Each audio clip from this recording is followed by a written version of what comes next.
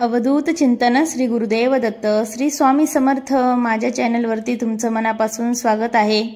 उद्या आहे 9 जुलै वार मंगळवार आणि उद्या आलेली आहे विनायक चतुर्थी। प्रत्येक महिन्यामध्ये 2 चतुर्थी येतात, एक विनायक चतुर्थी, दुसरी म्हणजे संकट चतुर्थी। दोन्हीही चतुर्थींना विशेष महत्त्व दिलं जातं, परंतु जेव्हा विनायक चतुर्थी किंवा संकट चतुर्थी ही मंगळवारी येते तेव्हा अंगारका योग हा तयार होतो आणि या चतुर्थीला विशेष महत्त्व दिलं जातं। विनायक चतुर्थीच्या दिवशी अंगारका योग जो आहे तो वारंवार जुळून येत नाही। योगायोगाने आषाढ महिना हा सुरू झाला। आषाढ महिन्यातील पहिलीच चतुर्थी विनायक चतुर्थी आणि या दिवशी अंगारका योग हा जुळून आलेला आहे। यामुळे या दिवसाला अनन्यसाधारण महत्त्व हे दिलं जातं। या दिवशी आपण जे काही उपाय आणि सेवा करतो तर बाप्पा याला शीघ्र फळ देत असतात, म्हणूनच या दिवशी अनेक सेवा उपाय केले जातात। आजच्या व्हिडिओमध्ये मी तुम्हाला एक अतिशय प्रभावी असा उपाय सांगणार आहे। उद्या विनायक चतुर्थीच्या दिवशी आपल्याला सकाळी अंघोळीच्या पाण्यामध्ये ही एक वस्तू टाकायची आहे। ही वस्तू टाकल्याने आपल्या मनातील कितीही कठीण इच्छा पूर्ण होईल, अडचणी दोष संकट हे दूर होतील असा हा एक उपाय आज या व्हिडिओमध्ये मी तुम्हाला सांगणार आहे। त्यामुळे तुम्ही व्हिडिओ स्किप न करता पूर्ण बघा।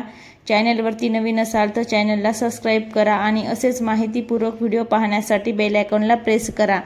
जेव्हा मी नवीन व्हिडिओ अपलोड करेल त्याचं नोटिफिकेशन सर्वात आधी तुम्हाला मिळेल आणि तुम्ही एक पण व्हिडिओ मिस करणार नाही।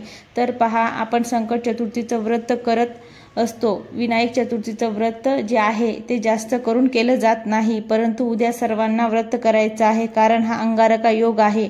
हा योग वारंवार येत नाही आणि यामुळेच बाप्पांची विशेष कृपा आशीर्वाद प्राप्त होतो। उद्या आपल्याला व्रत करायचं आहे। हे व्रत केल्याने संकट विघ्न दूर होतात आणि सुख समृद्धी प्राप्त होते। त्याचबरोबर आपल्याला उद्या आंघोळीच्या पाण्यामध्ये ही एक वस्तू टाकायची आहे। ही वस्तू टाकल्याने आपल्याला नक्कीच कोणते फायदे होणार आहेत ते सुद्धा मी तुम्हाला या व्हिडिओमध्ये सांगणार आहे।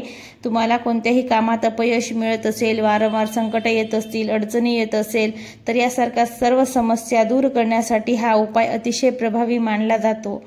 तुमच्या जीवनामध्ये काही शत्रू असेल, त्यांचा तुम्हाला वारंवार त्रास होत असेल तर बघा, तुम्हाला काय करायचं आहे। उद्या सकाळी तुम्हाला ब्रह्ममुहूर्तावरती उठण्याचा जास्तीत जास्त प्रयत्न करायचा आहे। तुम्ही जर उठत नसाल तरीही सुद्धा तुम्हाला उद्या लवकर उठायचा प्रयत्न करायचा आहे। अंघोळीच्या पाण्यामध्ये तुम्हाला सर्वात प्रथम लाल चंदन टाकायचं आहे। लाल चंदन गणपती बाप्पांना अतिशय प्रिय आहे, त्यामुळे तुम्हाला लाल चंदन उद्या अंघोळीच्या पाण्यामध्ये टाकायचं आहे। जर तुमच्याकडे लाल चंदन जर नसेल तर तुम्ही पिवळं चंदन टाकलं तरीही सुद्धा चालेल। यानंतर तुम्हाला काय करायचं आहे, पंचगव्य, सर्वांच्या घरी पंचगव्य असते, आपण पूजामध्ये वापरत असतो, तर ते पंचगव्य तुम्हाला अंगाला लावून घ्यायचं आहे आणि नंतर तुम्हाला आंघोळ करायची आहे।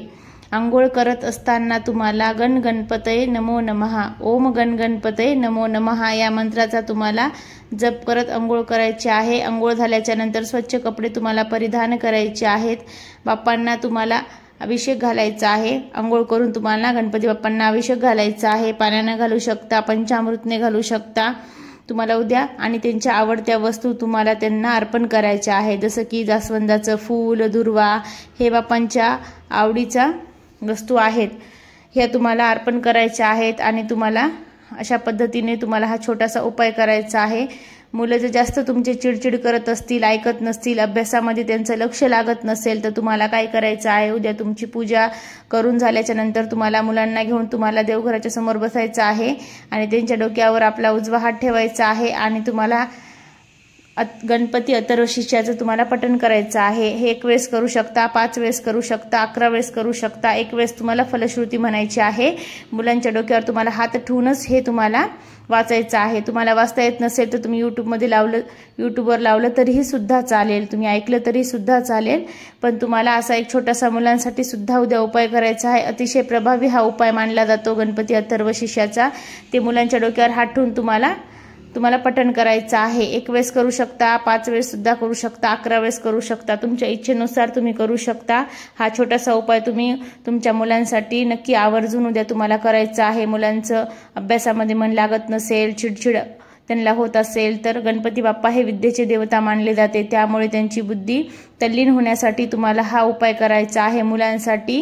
आणि आपल्या घरातली नकारात्मकता दूर करण्यासाठी आपल्याला आंघोळीच्या पाण्यामध्ये पंचगव्य तुम्हाला अंगाला लावायचं आहे। लाल चंदन किंवा पिवळं चंदन तुम्हाला आंघोळीच्या पाण्यामध्ये टाकून तुम्हाला आंघोळ करायची आहे। अशा पद्धतीने तुम्हाला छोटासा उपाय आहे, पण हा उपाय एवढा प्रभावीशाली मानला जातो, त्यामुळे तुम्हाला हा छोटासा उपाय करायचा आहे।